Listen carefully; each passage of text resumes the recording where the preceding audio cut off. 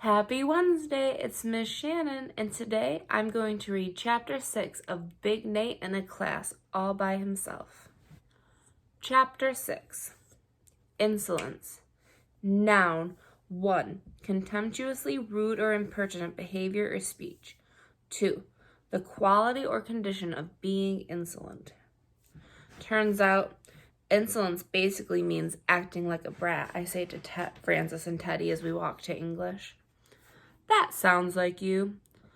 I'm just about to give Teddy a notebook smackdown when I remember that he's going to share his lunch with me later. I decide to be nice to him. Shut up, scrub. I stuff Mrs. Godfrey's detention slip deep into my pocket. I'm not going to let one little detention ruin my day, especially not after I got such a good fortune. What do you guys think "you will surpass all others" means? I ask. Probably that you got somebody else's fortune cookie by mistake, Teddy laughs. What does this, make fun of Nate Day? Hold it. It doesn't just say "you will surpass all others," Francis corrects me. It says "today you will surpass all others." He's right. So the fortune will probably come true during school. At home, the only others for me to surpass are Dad and Ellen. Big whoop. So, if the fortune is real, I say, I'm going to surpass all others sometime in the next 6 hours. I guess so, Francis shrugs. You'd better work fast. Hi, Jenny. Hey, Archer. Hi. Hello, peoples. Ugh, Jenny and Archer. Excuse me while I gag. What does she see in that guy? Besides the fact that he's funny, he's nice, and everybody likes him? Thanks, Francis. Feel free to stop talking at any time. And by the way, not everybody likes him. I'm not exactly president of the Archer fan club. It's not like he's a major butthead or anything. I just hate that he's so good at stuff. All the same stuff I'm good at. It's so obnoxious. Artifact. He doesn't speak English all that great, which for some reason all the girls think is cute. Seeing you laters. Oh, he's so adorable. Things were a lot better before Archer came along. Before Archer, I was the #1 player on the chess team. Checkmate. Stunned expression. After Archer, he knocked me down to #2. Nice tries, Nate.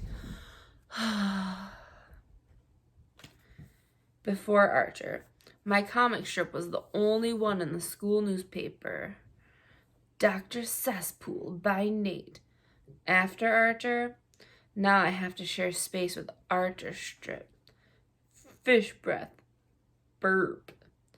Which is totally copied from Garfield. Before Archer, I was the lead singer in Enslave the Mollusk. Who's ready to rock? After Archer, guess what happened? So everybody thinks Archer is Mr. Wonderful. I can deal with that. But when he and Jenny started going out, that killed me. Jenny fact. She and Archer have been going out for 4 months, 6 days, and 3.5 hours. But who's counting? I met Jenny in 1st grade. I've liked her ever since, and I'm positive that deep down she likes me too, even though she acts like she hates me. I've always been 100% sure that someday the two of us are going to make an awesome couple. Then Archer comes along. The next thing you know, they're acting like Romeo and Juliet all over the place. It's gross. It's sickening. It's... Whoa. The fortune. Today you will surpass all others. Could that have something to do with Jenny? Maybe the fortune means I'm going to surpass Archer. Maybe Jenny dumps him and starts going out with me. Attention, everyone. Today we'll be finishing up our poetry unit, Ms. Clark announces. I used to think poetry was just a bunch of British dudes wearing tights and writing sonnets with a peacock feather. But there's a lot more to it. Miss Clark has taught us about all kinds of poetry. We have to write our own poems in a poetry portfolio. Poetry Portfolio by Nate Wright. Limerick by Nate Wright. I have feasted on all sorts of noodles. I have tried an assortment of strudels. Of the foods that I've eaten, only one can't be beat, an extra large bag of cheese doodles. Haiku by Nate Wright. You have cheese doodles, fresh, crunchy, puffalicious. Give me one right now. Ode to a Cheese Doodle by Nate Wright. I searched the grocery store in haste to find that sweet, lip-smacking taste, and there it is in aisle 9. It's just $1.39. A bag of cheese doodles, most delicious. Check the label, they're nutritious. And do you know how satisfied I feel when munching doodles fried? I savor each bright orange curl until it seems I just might hurl. Their praises I will always sing. Cheese doodles are my everything. Miss Clark is still yakking away. You may write any kind of poem you like, she says. A funny poem, a serious poem, a love poem. But let's avoid any more poems about junk food, shall we? Junk food? Excuse me, but cheese doodles are not junk food. They're yummy. Hold it. Did Miss Clark say love poem? A love poem? That just might work. Jenny goes wild for that sort of thing. She was all excited about a Valentine Archer gave her last year, and that was only a lame store-bought card. I look across the room at Jenny.